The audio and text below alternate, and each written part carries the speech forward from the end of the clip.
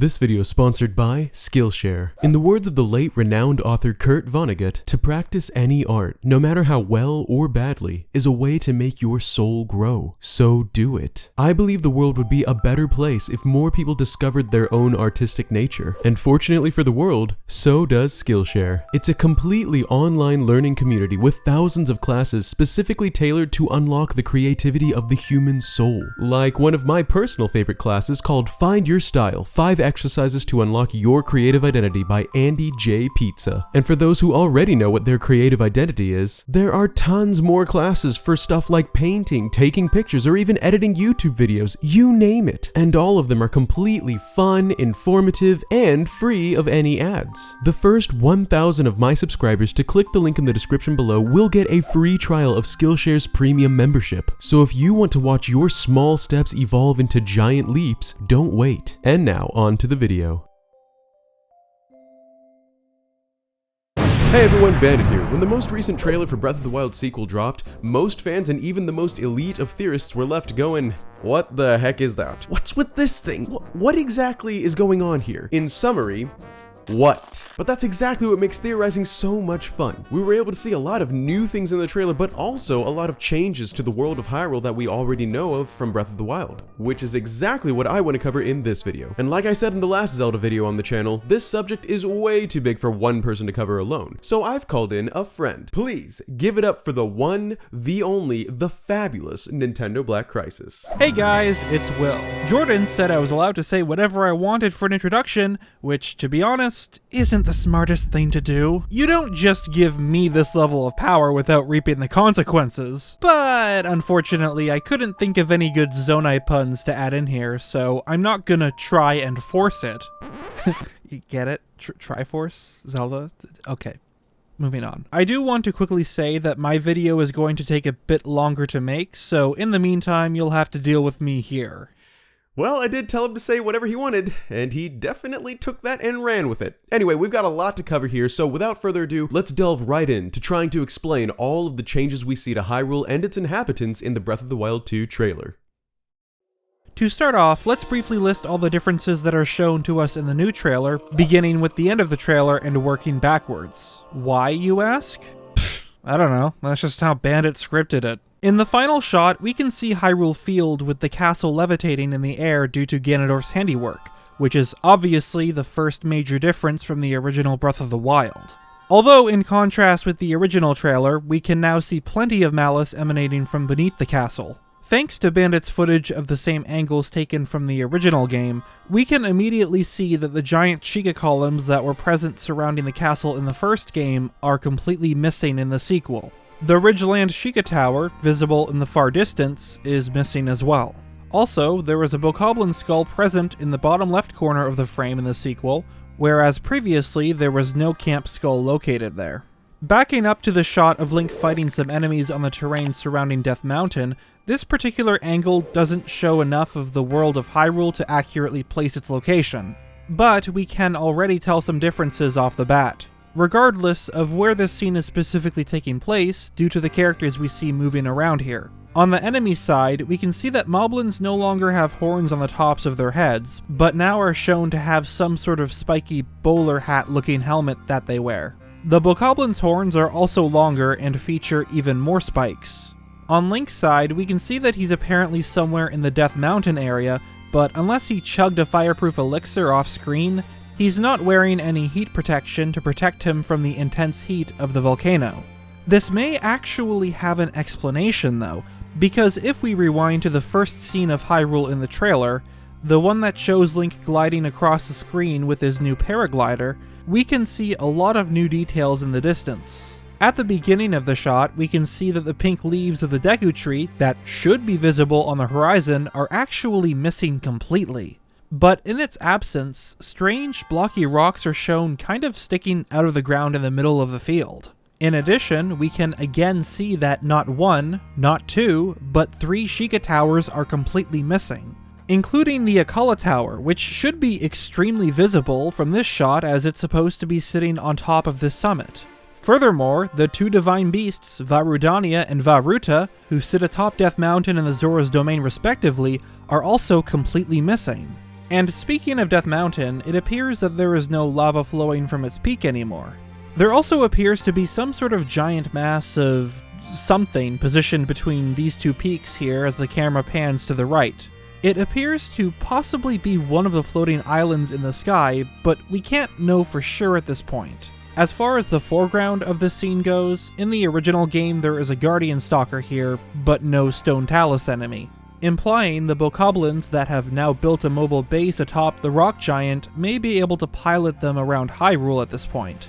And finally, we once again see the Bokoblins themselves much more clearly in the shot, complete with their lawn-horned glory. Wow, that sure was a lot shown in a less than 2-minute trailer. In fact, I'd bet there's enough there to make like a 45-minute documentary about it. Anyway, let's start breaking down these differences one by one and attempt to explain all of them, going in reverse order this time because I said so. The Bokoblins, or Unikoblins as I affectionately refer to them as, now sport a giant horn on top of their heads. Bokoblins have been depicted with horns 3 times now, in Skyward Sword, Breath of the Wild, and now the sequel to Breath of the Wild. So the horn itself is nothing new, but the fact that they're just so long now is what's been bugging me ever since the trailer dropped. However, I think that we can tell with some decent confidence exactly what it means. Some people have theorized that their horns have grown longer because of the influence of Ganondorf being stronger than ever, and that's even why they're shown to be smarter this time around, piloting stone giants and whatnot. But I don't think this is the case because of the different colored Bokoblins from the first game, which proved to us what happens when a Bokoblin becomes severely influenced by Ganon's power, and it actually doesn't have anything to do with the size of their horns. According to the Hyrule Compendium, if you read the entries for any of the silver-colored enemies in the game, you can see that they are the color silver due to being influenced by Ganon's power. The step up from these enemies, golden enemies, are said to have once been silver enemies that were struck by lightning and didn't die because of this, but rather transformed into golden enemies. I did a test on one of these golden guys to see if lightning or electricity could harm them, and yep, test results came back positive. So in my opinion, the lightning they were struck by would have to have been the malice lightning shown to originate from the malice storm that formed over Hyrule Castle when Calamity Ganon rose once again. And I'd imagine malice lightning is pretty concentrated, so striking a silver enemy with this kind of lightning is probably what did the trick and turned them into gold, while also not killing them. But no matter how much Ganon influence the Bokoblins had in the first game, the size of their horns has always remained the same, from the lowly red all the way up to the dreaded golden, which is why I am led to believe that the Bokoblin horns shown in the trailer are not magical at all, which means that the only logical answer is staring us in the face. These Bokoblins are just older. They've lived longer and have grown, and so have their horns, which is what horns do in real life for animals that have horns. The thing is, in order for this to happen, some sort of time lapse has to have occurred between the events of the first Breath of the Wild and the sequel. But since we see that all of the Sheikah text structures have been removed from Hyrule somehow, there must have been at least some passage of time between the games, so I don't think that older Unikoblins is too far-fetched to believe. There's also the fact that they are being smarter and building mobile bases these days, and being smarter is supposed to be a characteristic of getting older. As far as the Moblins are concerned, for them to wear these spiky helmet things, they would have to have cut off their horns from the first game, which I honestly have no clue why they'd do. Maybe they naturally fall off after getting too long and their little spiky bowler hats are to compensate for their balding. I mean, who knows? Maybe what we're looking at is a bunch of balding Moblins. Bandit.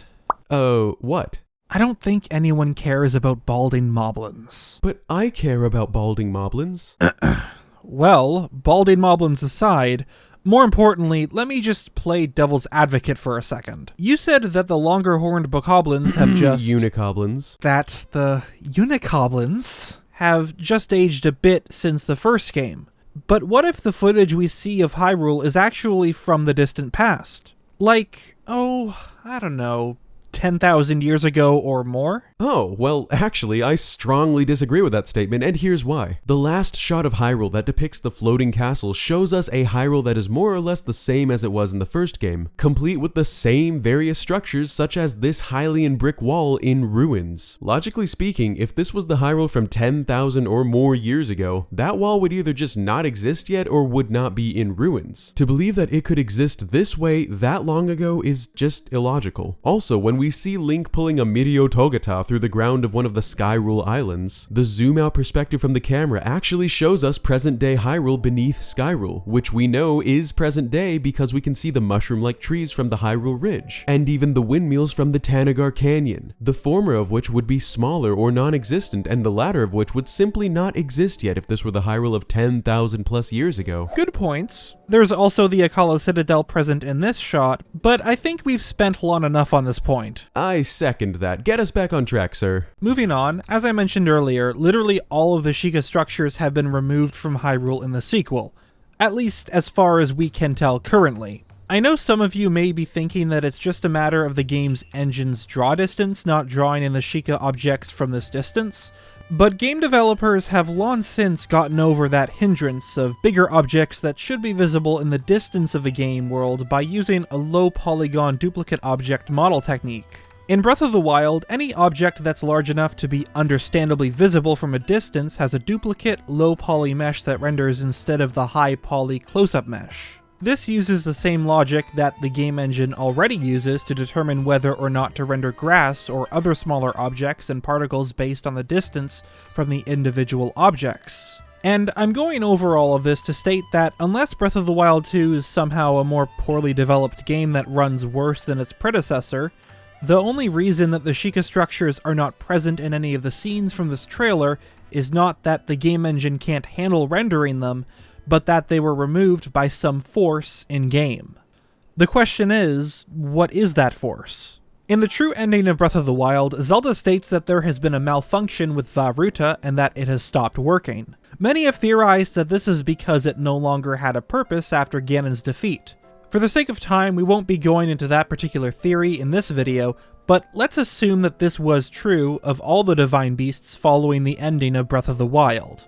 If this were the case, it wouldn't be too much of a stretch to say that the remaining Sheikah tech that also runs on ancient energy, meaning the towers and shrines as well, would also cease to function following the defeat of Calamity Ganon. One might be tempted to disprove this by bringing up the fact that the Sheikah Slate is shown still being used by Zelda at the end of the game, but if you recall, it was functional before any of the other towers were at the beginning of Breath of the Wild. So maybe it just has insanely good battery life. Back on topic though, if the Sheikah structures stopped functioning after Ganon's defeat, then receding back into the ground from whence they came initially seems like something the Sheikah could easily have programmed into their technology in the case of it no longer being needed. This would automatically explain away the lack of Sheikah towers and pillars seen in the trailer.